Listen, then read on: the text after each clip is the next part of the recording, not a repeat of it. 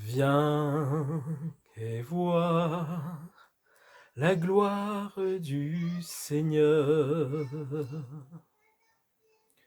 Viens contempler l'agneau. Viens et vois la gloire du grand roi. Prosterné devant lui. Bonjour à tous, bonjour à tous, bonjour à tous. Dieu aime tellement l'homme qu'il a créé à sa ressemblance. Que Dieu nous bénisse ensemble au nom de celui qui a été désigné pour secourir les hommes, leur apporter par son sacrifice à la croix le pardon de leurs péchés et le salut de leur âme. Au nom de Jésus-Christ, au nom de Jésus-Christ, au nom de Jésus-Christ, que Dieu nous bénisse ensemble tous. Que toute personne qui regardera cette vidéo soit bénie de l'Éternel, au nom de Jésus-Christ. La bénédiction, elle s'exerce de plusieurs manières dans la vie de quelqu'un. Pour celle qui connaît déjà Jésus-Christ, cette bénédiction va leur permettre de s'affermir en Christ. Pour ceux qui ne connaissent pas encore Jésus-Christ, cette bénédiction a pour objectif de les conduire à Jésus-Christ, de leur permettre de découvrir celui qui est le roi des rois et le Seigneur des seigneurs, le seul qui peut les délivrer de la perdition éternelle. Oui, que Dieu bénisse tous ceux qui visionneront cette vidéo au nom de Jésus-Christ. Viens et vois la gloire du Seigneur. Viens contempler l'agneau. Viens et vois la gloire du grand roi, prosterné devant lui. Appel de Dieu à l'humanité. Appel de Dieu à l'humanité. Un jour, des scribes, des pharisiens, c'étaient donc des hommes qui, au sein de la société juive, avaient pour responsabilité d'enseigner le peuple dans les lois de Dieu, de faire comprendre au peuple les lois de Dieu, la volonté de Dieu, mais pourtant face à celui qui est la parole même de Dieu, c'est-à-dire Jésus-Christ, face à Jésus-Christ, ils n'acceptaient pas la vérité. Et tandis que Jésus était déjà là depuis un certain temps et qu'il avait commencé à manifester son ministère pour la rédemption des hommes, tandis qu'il était là et qu'il avait déjà accompli beaucoup de miracles et de prodiges. Beaucoup de miracles et de prodiges avaient déjà été accomplis par Jésus-Christ. Sa renommée se répandait sur toute la terre d'Israël. Mais ces scribes et ces pharisiens lui demanderont encore de faire des miracles et des miracles. Je vais le lire pour vous dans l'évangile de Matthieu, le chapitre, je le lis pour vous, Matthieu le chapitre 12, les versets 38 à 40. Matthieu 12, 38 à 40. Alors quelques-uns des scribes et des pharisiens prirent la parole et dirent: Maître, nous voudrions te voir faire un miracle. Jésus avait déjà accompli beaucoup de miracles.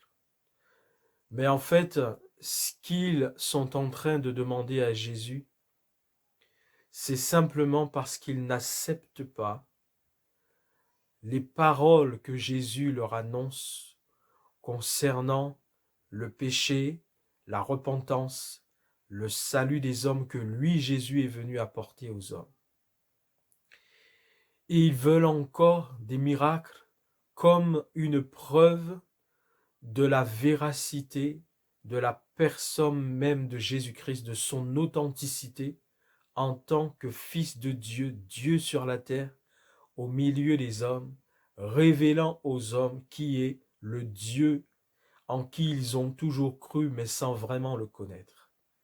Ils n'acceptent pas cette vérité que c'est Dieu qui est là en personne, au milieu d'eux et manifestant la gloire divine par tout ce qu'il fait. Alors ils demandent encore, ils cherchent encore des arguments pour lui dire quelque part, prouve-nous encore que tout ce que tu dis est vrai, fais encore un miracle pour que nous puissions croire en toi.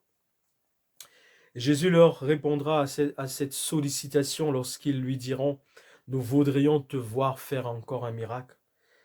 Jésus leur répondit, une génération méchante et adultère demande un miracle. Il ne lui sera donné d'autre miracle que celui du prophète Jonas. Aucun autre miracle que celui du prophète Jonas ne lui sera donné. Car de même que Jonas fut 3 jours et 3 nuits dans le ventre d'un grand poisson, de même le Fils de l'homme sera 3 jours et 3 nuits dans le sein de la terre. Et là, il leur annonçait son sacrifice à la croix, où il allait passer effectivement 3 jours et 3 nuits au sein de la terre avant de sortir victorieux dans le tombeau parce qu'il ressuscitera par la puissance du Saint-Esprit. Et Jonas, qui est l'un des prophètes de l'histoire d'Israël, qui a vécu dans l'Ancien Testament, par son histoire, il annonçait effectivement la crucifixion, le sacrifice de Jésus à la croix. Parce que ce Jonas, ce prophète, avant qu'il ne puisse accepter sa mission, la mission que Dieu lui avait confiée, qui consistait à annoncer à une ville qui s'appelle Ninive, que les jugements de Dieu allaient venir sur cette ville, Ninive, à cause naturellement des péchés qui étaient au sein de cette ville. Et vous voyez l'amour et la grâce de Dieu, car Dieu avertit toujours. Dieu prend toujours le temps d'avertir. Appel de Dieu à l'humanité. Appel de Dieu à l'humanité. C'est la bonté de Dieu, l'amour de Dieu qui fait qu'il prend le temps d'avertir les hommes. Et il avait envoyé ce prophète Jonas avertir cette ville de Ninive que ses jugements, les jugements de Dieu allaient détruire cette ville et ses habitants. Mais au départ, ce prophète a tenté de fuir sa mission. Il ne voulait pas. Et il aura fallu qu'il fasse l'expérience de la mort à lui-même, c'est-à-dire à sa volonté, à ses désirs, à ses motivations, à ses projets personnels. Il aura fallu qu'il fasse cette expérience donc de la mort à lui-même pour accepter enfin d'accomplir la mission que Dieu lui avait confiée, consistant à aller crier au sein de cette ville de Ninive, repentez-vous, repentez-vous, car les jugements de Dieu vont venir sur cette ville. Et cette histoire de Jonas où à un moment donné, il a réellement vécu cela, jeté d'un bateau, là où il essayait de fuir la mission que Dieu lui avait donc confiée, il sera jeté du bateau sur lequel il était monté pour voyager et tenter de fuir loin de Ninive, à l'opposé de ce que Dieu lui avait demandé de faire. Il fera cette expérience de passer 3 jours et 3 nuits dans le ventre d'un grand poisson.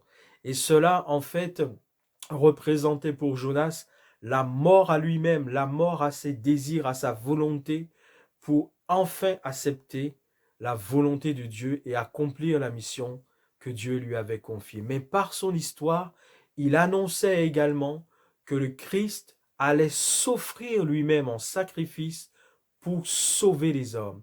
Et que lui aussi, le Christ, comme Jonas, lui ce n'est pas parce qu'il a voulu fuir, mais c'est parce que volontairement, Jésus-Christ, il s'est offert en sacrifice pour que les jugements de Dieu puissent être apaisés envers les hommes et que le temps de la grâce soit accordé aux hommes pour que les hommes aient la possibilité de se repentir de leurs péchés, d'être pardonnés de leurs péchés et d'être sauvés de la perdition éternelle.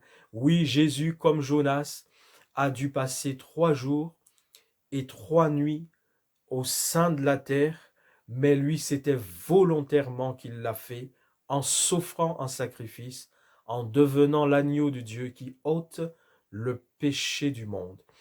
Et c'est ce qu'il leur a dit, il ne vous sera donné aucun autre miracle que celui du prophète Jonas. Alors, ceci pour dire encore aujourd'hui, appel de Dieu à l'humanité. Il ne sera donné à l'humanité aucune autre parole, parce que les hommes cherchent encore des moyens pour tenter d'échapper à la souveraineté de Dieu.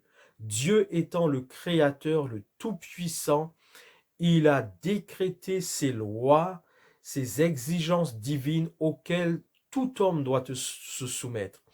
Et en ne se soumettant pas à la volonté, aux lois de Dieu, l'homme attire sur lui le jugement de Dieu parce que à ce moment, en ne se soumettant pas à la volonté de Dieu, l'homme suit les voies du diable parce que le diable est le prince de ce monde. Si ce n'est pas Dieu qui règne sur la vie d'un homme, c'est le diable qui par toutes les pensées, toutes les lois qu'il insuffle dans ce monde, c'est le diable qui domine sur la vie d'une personne. Et il n'y aura donc aucune autre parole que celle qui a été déjà donnée par Jésus-Christ lui-même et qui est contenue dans le livre que Dieu a donné à l'humanité, la Bible. La Bible. Il ne sera donné aucune autre parole que ce que Dieu a déjà annoncé dans la Bible, que tout ce que Dieu enseigne déjà dans la Bible, que les hommes puissent chercher d'autres solutions, d'autres alternatives, d'autres échappatoires pour tenter de ne pas se soumettre à l'autorité, à la souveraineté de leur Créateur, de Dieu. Il ne leur sera donné aucune autre parole. C'est pour cela qu'il est encore temps. Et Ésaïe 55 le dit. Ésaïe 55, les versets 6 à 8. Dieu dit ceci, appel de Dieu à l'humanité. Cherchez l'Éternel pendant qu'il se trouve. Invoquez-le tandis qu'il est prêt. Que le méchant abandonne sa voie. Vous voyez, Dieu donne encore du temps. Il dit que le méchant abandonne sa voie. Il ne désire pas que le méchant meure, mais qu'il abandonne sa voie, qu'il se détourne de la voie de la méchanceté, qu'il se tourne vers Dieu, qu'il se repente de ses péchés, qu'il obtienne le pardon de ses péchés et la vie éternelle par Jésus-Christ. Qu'il abandonne sa voie et l'homme d'iniquité ses pensées, qu'il retourne à l'Éternel, qui aura pitié de lui. L'Éternel aura pitié du méchant qui décide d'abandonner la voie de la méchanceté, de se tourner vers son Créateur, de venir à Jésus-Christ, de demander à Jésus-Christ pardon pour ses péchés et de demander à Jésus désormais d'être son Sauveur et son Seigneur. Dieu aura pitié de ce méchant qui agira de cette manière. À notre Dieu qui ne se lasse pas de pardonner. Il ne se lasse pas de pardonner. Car, dit Dieu, mes pensées ne sont pas vos pensées et mes voies ne sont pas mes voies, dit l'Éternel. C'est-à-dire que l'homme qui ne suit pas Dieu, qui ne marche pas avec Dieu, qui n'est pas instruit par Dieu, il n'est pas conduit par Dieu, les pensées qu'il peut avoir, les choses qu'il peut imaginer ne sont pas les pensées de Dieu, ne sont pas les voies de Dieu. Il a besoin de connaître, de rencontrer Dieu, de faire la paix avec Jésus-Christ pour pouvoir connaître les pensées de Dieu, la parole de Dieu qui va l'instruire et nourrir donc son âme. Alors, oui, ce message s'intitule « Appel de Dieu à l'humanité ». Il y a à peine 15 jours ou peut-être 3 semaines maximum, 15 jours à 3 semaines maximum. Il est dit dans la parole de Dieu, je le cite pour vous dans l'évangile, pas l'évangile, dans le livre de Job, au chapitre 33 et au verset 14. Je lis pour vous, Dieu parle, cependant, tantôt d'une manière, tantôt d'une autre, et l'on n'y prend point garde. Il parle par des songes, il parle par des visions nocturnes. Quand les hommes sont livrés à un profond sommeil, quand ils sont endormis sur leur couche, alors il leur donne des avertissements. Il leur donne des avertissements et met le sceau à ses instructions afin de détourner l'homme du mal et de le préserver de l'orgueil, afin de garantir son âme de la fosse et sa vie des coups du glaive. Voilà ce que Dieu fait, pour toujours avertir l'homme et le détourner des voies du mal et de la méchanceté. Il prend toujours le temps d'avertir l'homme, Il y a à peine 15 à 3 semaines maximum, j'ai reçu un message clair, précis, que j'ai vu de mes yeux. Il était écrit mon nom et mon prénom. Chacun doit reconnaître quand Dieu lui parle. C'est à chacun dans sa relation avec Dieu de connaître comment Dieu lui parle. Moi, je sais comment Dieu me parle. Je sais quand je reçois un message de Dieu.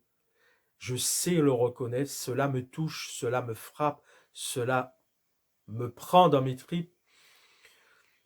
J'ai reçu ce message clair, net et précis, je l'ai vu, il y avait mon nom et mon prénom. Et le message disait, donc mon nom et mon prénom, prépare-toi à la vie éternelle. Prépare-toi à la vie éternelle. Si le message m'a dit prépare-toi à la vie éternelle, c'est parce que l'enlèvement de l'Église est imminent. Parce que, au contraire de la vie éternelle, c'est la perdition éternelle. Le contraire de la vie éternelle, c'est la perdition éternelle. Le message m'a dit, prépare-toi à la vie éternelle. Cela signifie que l'enlèvement de l'Église est vraiment très proche, très près. Appel de Dieu à l'humanité. Que les hommes de toute nation, de toute langue, de toute tribu sachent qu'il n'y aura pas d'autre parole qui leur sera donnée. Il n'y aura pas d'autre espérance. Il n'y a pas d'autre solution. La seule solution que Dieu ait donnée à l'humanité pour résoudre le problème du péché, c'est son propre Fils, Jésus-Christ. Jésus-Christ. Jésus-Christ. C'est le seul qui ait été désigné par Dieu pour sauver les hommes. Il s'est incarné dans un homme. Et la parole de Dieu nous enseigne que Jésus-Christ, qui est la parole de Dieu, étant avec Dieu, étant Dieu de toute éternité, lorsqu'il a fallu qu'il vienne accomplir ce ministère, ce service en faveur des hommes, il n'a pas regardé comme un proie à arracher d'être égal à Dieu. C'est-à-dire qu'il n'a pas regardé au fait qu'il fallait qu'il se dépouille de toute sa gloire divine et céleste pour accepter de s'incarner dans un homme, de marcher réellement comme un homme sur la terre, afin de s'offrir en sacrifice pour le pardon des péchés et le salut des âmes.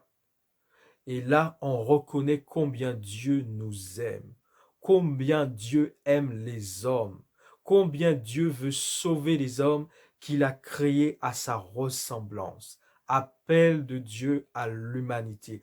Il n'y a pas d'autre sauveur, il n'y a pas d'autre source de salut que Jésus-Christ.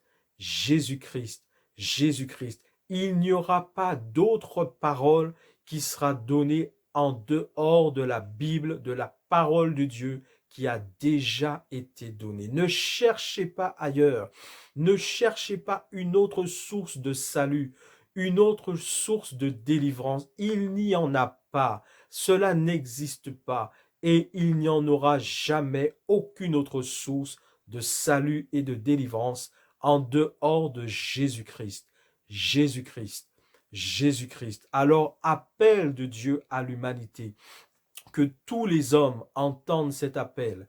Que tout homme, toute femme, tout enfant de toute langue, de toute nation, de toute tribu répandue sur toute la surface de la terre entière entendent cet appel de Dieu à l'humanité afin de se tourner vers Dieu par la personne de Jésus-Christ, afin de venir à Jésus-Christ, de se repentir devant Jésus-Christ de tous ses péchés, de demander à Jésus d'être lavé par son sang de tous ses péchés et de lui demander de l'accepter, de leur demander qu'il devienne leur sauveur et leur Seigneur personnel afin d'être désormais un membre de l'Église de Jésus-Christ, de pouvoir s'attacher à une communauté chrétienne, à persévérer dans les voies de Dieu, parce que ce grand jour arrive où Jésus-Christ va venir chercher son épouse, son Église.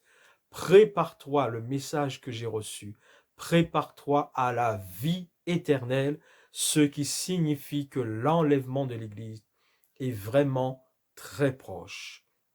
Mais pour ceux qui ne se préparent pas à la vie éternelle, le contraire de la vie éternelle, c'est la perdition éternelle.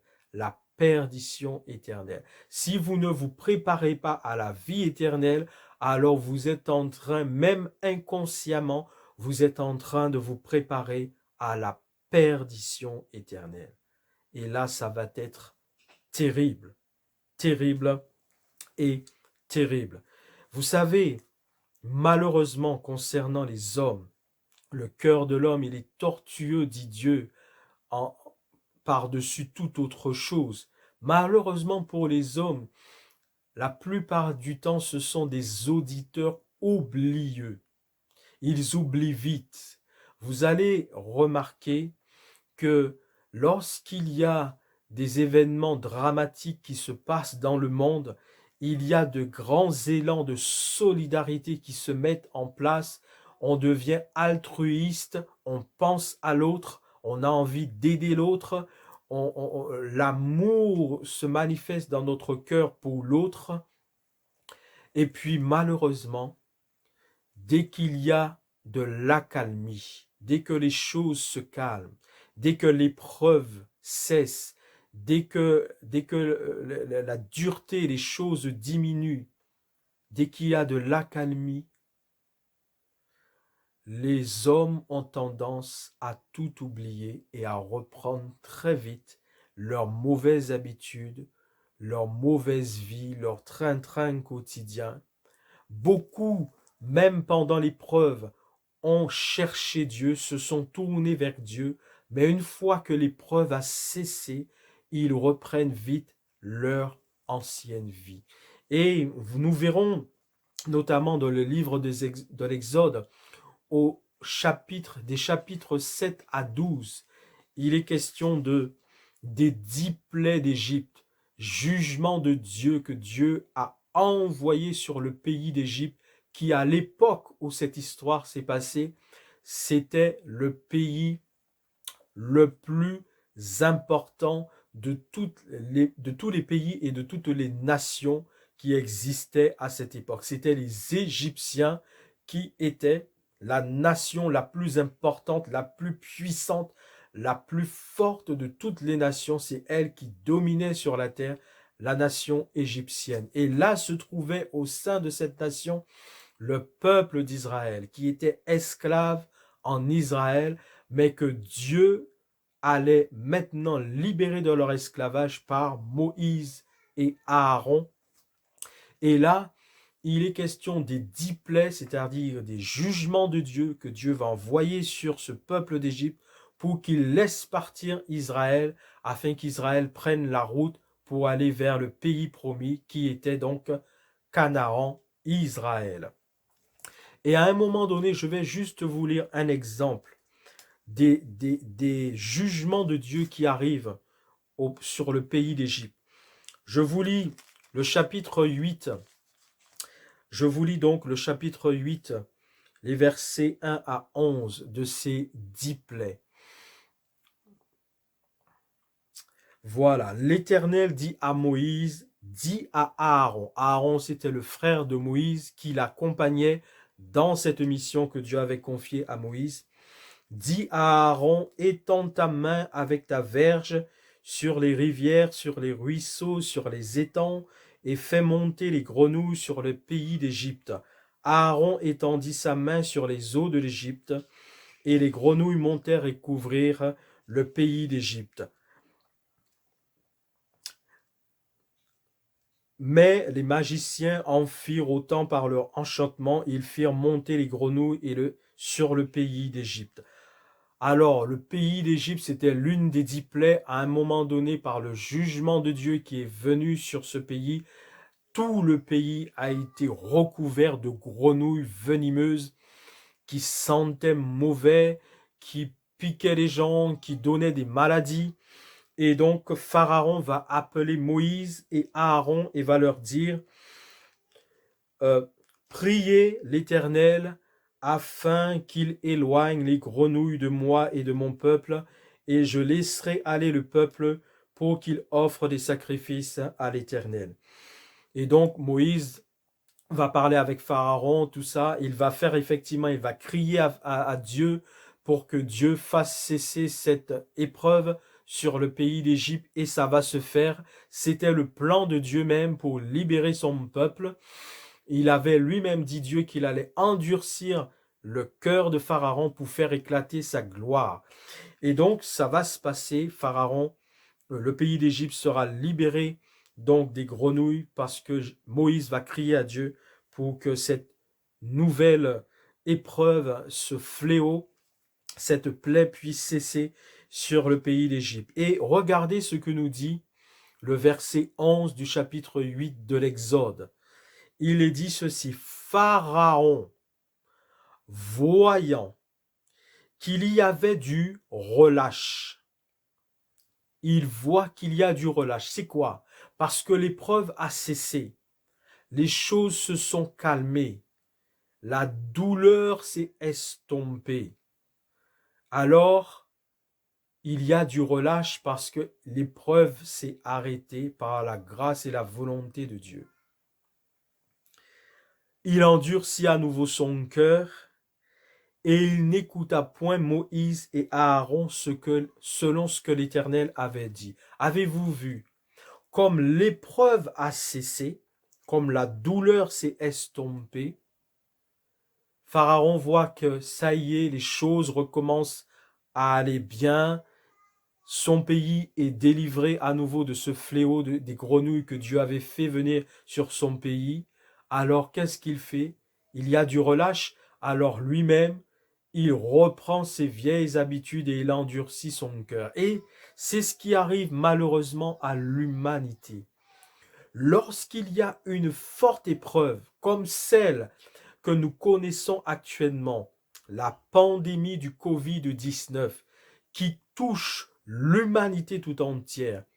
Lorsqu'il y a une épreuve difficile, les hommes ont tendance à chercher la voie de Dieu. Ils ont tendance à chercher la sagesse. Ils ont tendance à vouloir être solidaires, à vouloir penser aux autres, à vouloir s'unir pour combattre ensemble, aller en général vers le bien.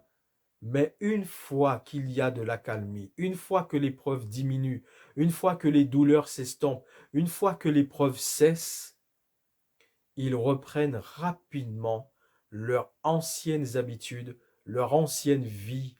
Ils oublient même qu'à un moment donné, pour certains, ils s'étaient tournés vers Dieu, cherchant les voies de Dieu, et ils reprennent la voie du péché et la voie du mal.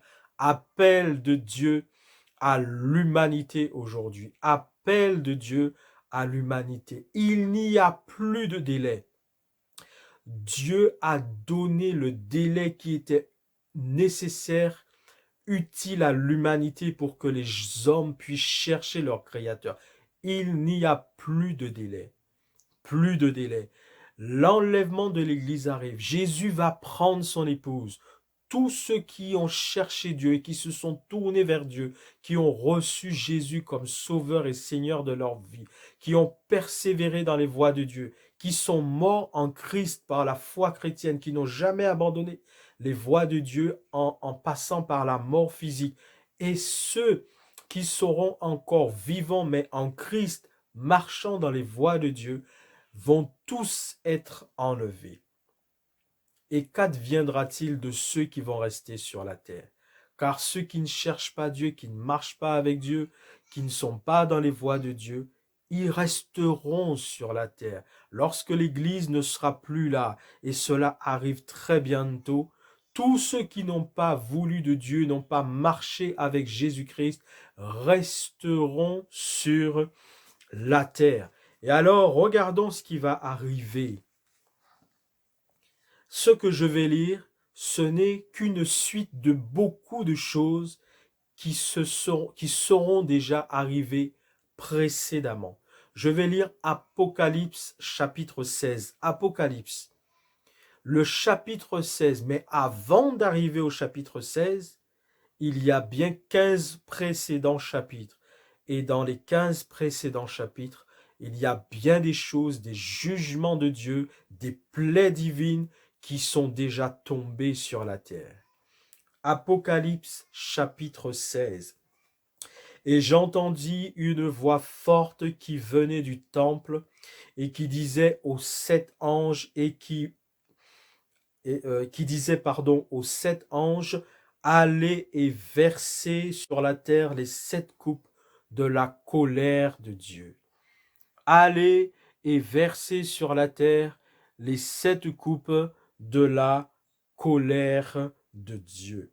Le premier ange alla et il versa sa coupe sur la terre. Et un ulcère malin et douloureux frappa les hommes qui avaient la marque de la bête et qui adoraient son image. Voilà une colère divine qui s'abat sur la terre. Un ulcère malin frappe tous les hommes qui ont sur eux la marque de la bête. Parce que lorsque l'Église ne sera plus là, ceux qui seront sur la terre pour continuer à vivre, parce qu'à ce moment-là, il y aura l'Antichrist, le chef du nouvel ordre mondial, le président du gouvernement mondial, pour pouvoir vivre, acheter, manger, scolariser vos enfants, travailler, vivre normalement, sortir de chez vous, aller dans un lieu, une place publique, pour faire toutes ces choses, il faudra accepter la marque de la bête, la marque de l'Antichrist. Et c'est parce que ces personnes auront accepté cette marque de la bête qu'elles pourront continuer à vivre sur la terre, soumis à la dictature de l'Antichrist, qui est le représentant direct, qui sera et qui sera le représentant direct du diable sur la terre. Un ulcère malin viendra frapper ces personnes et l'Antichrist constatez-le bien, l'Antichrist, ni le diable, ni le faux prophète ne pourront rien faire pour empêcher cela, car c'est l'autorité divine, le Tout-Puissant, qui envoie ses jugements sur cette terre. Personne ne pourra empêcher que cela ne se fasse. Il n'y aura plus aucune parole qui sera donnée en dehors de ce qui a déjà été donné à l'humanité. Le second ange versa sa coupe dans la mer, et elle devint du sang comme celui d'un mort, et tout être vivant mourut, tout ce qui était dans la mer. Le troisième versa sa coupe dans les fleuves et dans les sources d'eau, et ils devinrent du sang. Et j'entendis l'ange des eaux qui disait, tu es juste, en parlant de Dieu le Créateur. Il dit à Dieu, tu es juste, toi qui es et qui étais et qui es saint, parce que tu as exercé ce jugement. Car ils ont versé le sang des saints et des prophètes, et tu leur as donné du sang à boire, et ils en sont dignes. Et j'entendis l'autel qui disait, oui Seigneur, Dieu tout-puissant, tes jugements sont véritables et justes. Les jugements de Dieu tomberont sur cette terre, et nul ne pourra empêcher cela. Le quatrième versa sa coupe sur le soleil, il lui fut donné de brûler les hommes par le feu, et les hommes furent brûlés par une grande chaleur, et ils blasphémèrent le nom de Dieu, qui a l'autorité sur ces fléaux, et ils ne se repentirent pas pour lui donner gloire. Vous voyez que là, ils n'auront même pas la conscience de se repentir, parce qu'ils seront tellement sous l'emprise du mal, ayant accepté la marque du diable, le 666, pour vivre, manger, boire, travailler normalement dans cette vie où il y aura la dictature de l'Antichrist et de ce gouvernement mondial.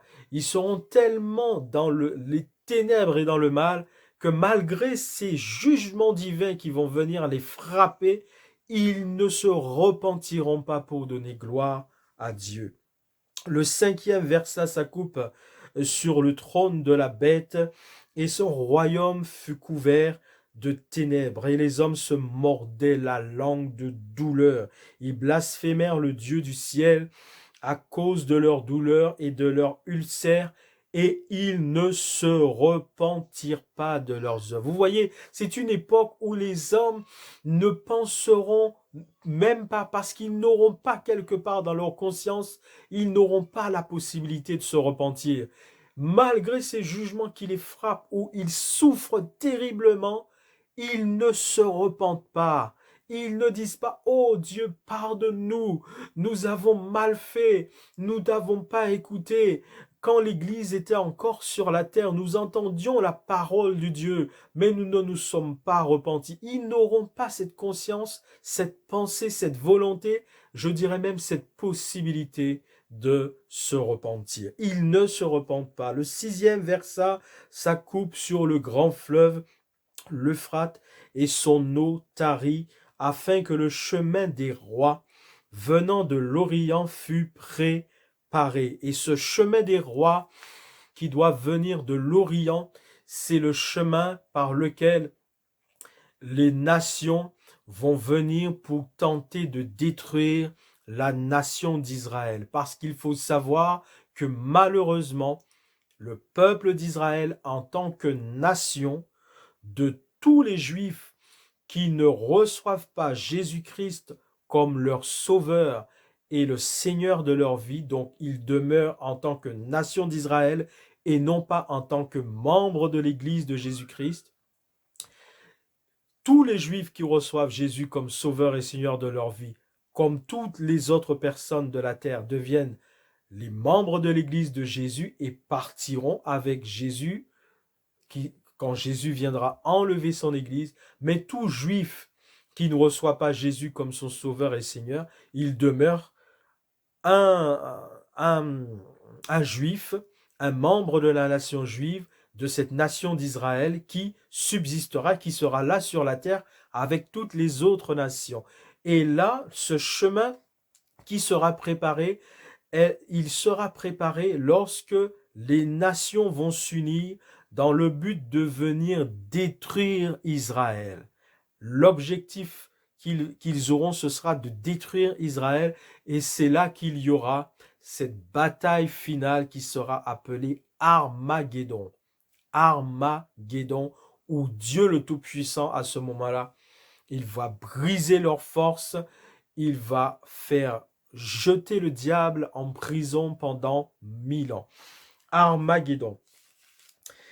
Je continue. Je vis sortir, le chemin des rois venant de l'Orient fut préparé. Et je vis sortir de la bouche du dragon. Le dragon, c'est le diable. Je vis sortir de la bouche du dragon, de la bouche de la bête. La bête, c'est l'antichrist. Pardon.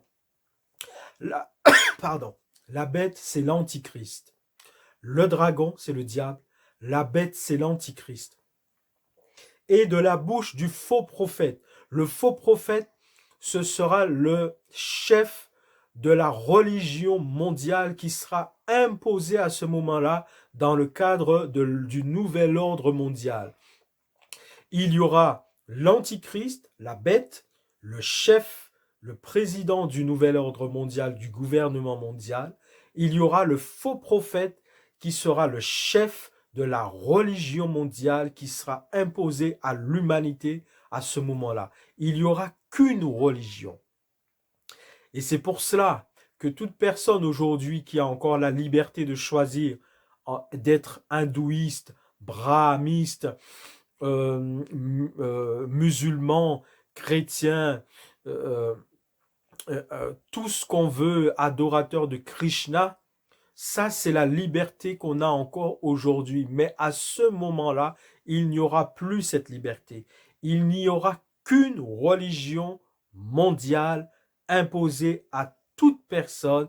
À sa tête, il y aura le faux prophète qui sera exactement comme, entre guillemets, un pape, qui sera un peu comme un pape. Ce sera le pape de ce moment-là, le faux prophète, le chef religieux mondial de cette époque, où il n'y aura qu'une religion imposée à l'humanité. Donc on trouve ici le dragon, le diable, la bête, l'antichrist, le faux prophète, le chef de cette religion mondiale imposée au monde entier. Et on trouve là le 666, le 666, le 666, la bête, le dragon, la bête et le faux prophète. Ce sont des esprits donc qui sortent de la bouche de chacun, de la bouche du dragon, de la bête et du faux prophète. Des esprits donc de grenouilles, des grenouilles sortent de leur bouche. Ce sont des esprits de démons qui font des prodiges et qui vont vers les rois de toute la terre afin de les rassembler pour le combat du grand jour de Dieu, du Dieu tout-puissant. Et il est encore dit, c'est encore un rappel de Dieu, appel de Dieu à l'humanité, appel de Dieu à l'humanité. Tournez-vous vers Jésus-Christ, acceptez Jésus-Christ comme sauveur et Seigneur de votre vie. Échappez à ces choses horribles, terribles qui vont arriver. Mettez votre vie en règle avec Dieu. Abandonnez le péché, abandonnez la voie de perdition. Venez à Jésus-Christ, demandez-lui pardon pour vos péchés. Il vous pardonnera, il vous sanctifiera. Engagez-vous avec Jésus-Christ. Méditez, étudiez, lisez sa parole. Mettez en pratique cette parole. Attachez-vous à une communauté chrétienne, vivez la vie chrétienne, parce que c'est ça qui va vous permettre d'échapper à ces choses terribles qui vont arriver. Et c'est pour cela, au verset 15 de ce chapitre 16 d'Apocalypse, il est quand même dit, voici, c'est Jésus qui parle, voici, je viens comme un voleur. Et effectivement, il s'agit donc du retour de Jésus où nul ne sait le jour ou l'heure. Je viens comme un voleur. Heureux celui qui veille et qui garde ses vêtements afin qu'il ne marche pas nu et qu'on ne voit pas sa honte.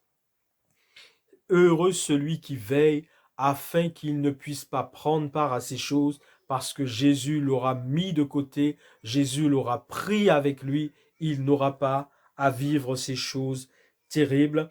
Et le verset 16 dit exactement, ils les rassemblèrent dans le lieu appelé en hébreu Armageddon. Ils les rassemblèrent dans le lieu appelé en hébreu Armageddon, là où les nations essaieront de venir détruire la nation juive, mais elles ne pourront pas le faire. Cette nation subsistera toujours devant Dieu. Malgré tous les Juifs qu'on a pu tuer sur cette terre depuis que le monde existe, et malheureusement à cause de leur désobéissance à Dieu, ils ont subi de grands outrages parce qu'ils désobéissent malheureusement à leur Créateur, qu'il dès le départ les a choisis pour qu'ils puissent se manifester à travers leur nation à la face du monde. Malgré tous les Juifs qu'on pourra tuer, cette nation juive, cette nation d'Israël subsistera toujours devant Dieu. Et pour l'éternité, nul ne pourra détruire cette nation d'Israël. C'est pour cela qu'à cette bataille d'Armageddon, ayant pour but de détruire cette nation, Dieu viendra et brisera le pouvoir de ceux qui essaieront de détruire donc la nation d'Israël. Alors, je termine dans cet appel de Dieu à l'humanité aujourd'hui, appel de Dieu à l'humanité. Repentez-vous, tournez-vous vers Jésus-Christ, donnez votre vie à Jésus-Christ, abandonnez la voie du péché, abandonnez la voie des ténèbres, car le salut de Dieu est proche. Il est déjà venu, il a déjà tout accompli, Jésus-Christ, sur la croix de Golgotha en Israël pour sauver les hommes. Et maintenant, il va venir enlever son épouse. Mais une fois que son épouse ne sera plus sur la terre, que son église ne sera plus sur la terre, qu'adviendra-t-il de la vie sur la terre? Tout est décrit dans le livre de l'Apocalypse, le livre de la Révélation. Tout est décrit dans ce livre de la Révélation. Alors écoutez ce que Ézéchiel 33, 24, 14 dit. Écoutez ce que Ézéchiel 24, 14 dit. Moi l'Éternel, j'ai parlé. Cela arrivera et je l'exécuterai. Je ne reculerai pas et je n'aurai ni pitié ni repentir. On te jugera selon ta conduite et selon tes actions, dit le Seigneur l'Éternel. Il s'agissait à ce moment-là de la ruine de la ville de Jérusalem qui était arrêtée devant l'Éternel parce que Dieu avait averti son peuple qui n'avait eu de cesse de désobéir, et Dieu avait dit, je vais juger mon peuple, je vais juger cette nation. Et il dit, j'ai parlé moi l'Éternel, cela arrivera et je l'exécuterai, je ne reculerai pas et je n'aurai ni pitié ni repentir. Et c'est ce que Dieu dit à l'humanité aujourd'hui. Appel de Dieu à l'humanité. Tout ce qui est écrit dans le livre de l'Apocalypse arrivera. Aucune autre parole ne sera donnée en dehors de cette parole qui a déjà été donnée. Il n'y aura pas d'autre parole. Il n'y a pas d'autre source de salut. Il n'y aura pas autre chose. Ne cherchez pas ailleurs. Vous perdez votre temps. Moi, l'Éternel, j'ai parlé. Quand Dieu dit qu'il a parlé, Dieu parle tantôt d'une manière, tantôt d'une autre, et nul n'y prend garde. Et quand Dieu dit qu'il a déjà parlé, il a déjà parlé effectivement par sa parole. En plus de toutes les autres manières qu'il utilise pour parler, il a déjà parlé par sa parole qui est là présente au milieu de l'humanité. Tous les hommes peuvent avoir accès à la parole de Dieu. Il a déjà parlé, il ne donnera aucune autre parole de ce qu'il a déjà dit. Ce n'est pas la peine que vous cherchiez autre chose que ce que Dieu a déjà dit. Moi, l'Éternel, j'ai parlé, cela arrivera, je l'exécuterai, je ne reculerai pas et je n'aurai ni pitié ni repentir. Je vous ai lu qu'une petite partie de ce livre de l'Apocalypse au chapitre 16. Je n'ai même pas terminé le chapitre 16, mais cela arrive. J'ai reçu ce message. Prépare-toi à la vie éternelle. Cela veut dire que l'enlèvement de l'Église va avoir lieu, mais ce qui va arriver pour ceux qui resteront sur la terre, ça va être terrible avec l'Antichrist, le faux prophète, le nouvel ordre mondial. Et toutes ces choses sont là. Ces choses arrivent. Ce vaccin, vous verrez que pour l'instant, il n'est pas obligatoire. Mais leur objectif, ce sera de trouver des stratégies pour qu'il devienne obligatoire. Et même une compagnie aérienne a déjà projeté, a réfléchi déjà sur le fait de rendre ce vaccin obligatoire pour que les gens puissent voyager par cette compagnie. Vous verrez toutes sortes de stratégies sera cherchées, imaginées et mises en place pour qu'à un moment donné, ce vaccin devienne obligatoire. Parce que c'est le but de ce qui est en train de se mettre en place. À travers tout ça, à travers ce Covid-19, cette pandémie mondiale, à travers ce vaccin, cette course au vaccin, il y a énormément de choses que ceux qui ne sont pas éclairés ne peuvent pas imaginer et qui sont en train de se mettre en place pour que l'Antichrist puisse régner, que le nouvel ordre mondial puisse diriger le monde, que le faux prophète puisse imposer avec l'Antichrist et le nouvel ordre mondial la religion mondiale à l'humanité. Toutes ces choses sont en train de se mettre en place à travers cette pandémie du Covid-19, de ce vaccin et bien d'autres choses qui vont arriver. Appel de Dieu à l'humanité.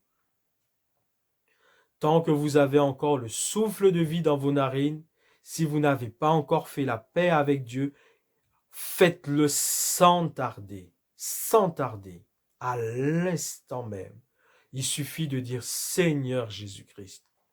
Seigneur Jésus-Christ, oh, je te demande pardon pour tous mes péchés, pour toute cette vie que j'ai menée loin de toi, ne connaissant pas la vérité. Je te demande pardon, je me repens de tous mes péchés. Accepte-moi Jésus, oh s'il te plaît. Pardonne-moi mes péchés, lave-moi dans ton sang, purifie-moi et sanctifie-moi. Montre-moi ce que je dois faire maintenant. Je veux te connaître. Sois le sauveur de ma vie, sois le Seigneur de ma vie. Et montre-moi le bon chemin. Conduis-moi dans une communauté chrétienne où réellement ton nom et ta parole sont annoncés et honorés dans la vérité. Et aide-moi à marcher désormais avec toi, à tenir bon pour que je sois moi aussi un enfant de Dieu, que je sois membre de ton Église, pour que je fasse partie de ceux que tu viens bientôt chercher et que je ne vive pas ces choses qui vont arriver sur cette terre dans le monde des ténèbres. Que Dieu vous bénisse au nom de Jésus. Si vous faites cette prière dans la vérité, dans la sincérité, Dieu va vous conduire. Vous allez lui demander de vous rattacher à une communauté chrétienne et vous allez apprendre à connaître Dieu en méditant sa parole, en priant, en l'adorant, en le louant et en vivant une vie chrétienne rattachée à une communauté chrétienne jusqu'à ce que Jésus vienne enlever son Église dont vous ferez désormais partie. Que Dieu vous bénisse, appel de Dieu à l'humanité, que Dieu bénisse tous les hommes de cette terre afin qu'ils aient encore le temps de se tourner vers Dieu, mais écoutez bien, il n'y a plus de délai. Le délai, il est passé. Le délai, il est passé. C'est juste que par amour, Dieu use de patience et de compassion envers les hommes, ne voulant pas que les hommes périssent, voulant que tous parviennent à la vérité, à la connaissance de la vérité et qu'ils soient sauvés. Mais le délai, il est passé. L'Église va être enlevée. Appel de Dieu à l'humanité. Tournez-vous vers Dieu. Acceptez Jésus-Christ dans votre vie. Abandonnez les traditions. Aucune tradition ne vous sauvera. aucun pèlerinage, aucune chose que vous faites de manière traditionnelle chaque année ou tous les 2 mois, tous les 6 mois, en pensant que parce que vous êtes fidèle à cette tradition, vous êtes justifié devant Dieu et vous serez sauvé. Ça ne vous sauvera pas. Ça ne vous sauvera pas. Aucune tradition ne vous sauvera. C'est Jésus-Christ seul qui sauve. C'est Jésus-Christ seul qui sauve. C'est Jésus-Christ seul qui pardonne les péchés. C'est Jésus-Christ seul qui lave les péchés, qui purifie, sanctifie les hommes et les femmes qui se repentent sincèrement. C'est Jésus-Christ seul qui pardonne et qui sauve et qui viendra prendre son Église et pour éviter à tous ceux qui sont à lui de vivre ces jugements terribles qui vont s'abattre sur la terre. C'est Jésus-Christ seul. Ce n'est ni des statues, ce ne sont ni des statues, ce ne sont ni des esprits aussi qui peuvent vous apparaître, car il y a des esprits, des anges déchus qui peuvent même apparaître aux gens, leur parler, les tromper dans des rêves, dans des songes, ou même de manière visuelle, réelle. Mais aucun esprit ne peut vous sauver. C'est Jésus-Christ seul. Jésus-Christ seul. Jésus-Christ seul qui sauve, qui pardonne et qui accorde le salut de l'âme et la vie éternelle. Acceptez Jésus dans votre vie. Abandonnez les traditions. Sortez des traditions, ça ne vous sauvera pas. Acceptez Jésus dans votre vie et soyez sauvés au nom de Jésus-Christ. Au nom de Jésus-Christ. Au nom de Jésus-Christ. Au nom de Jésus-Christ.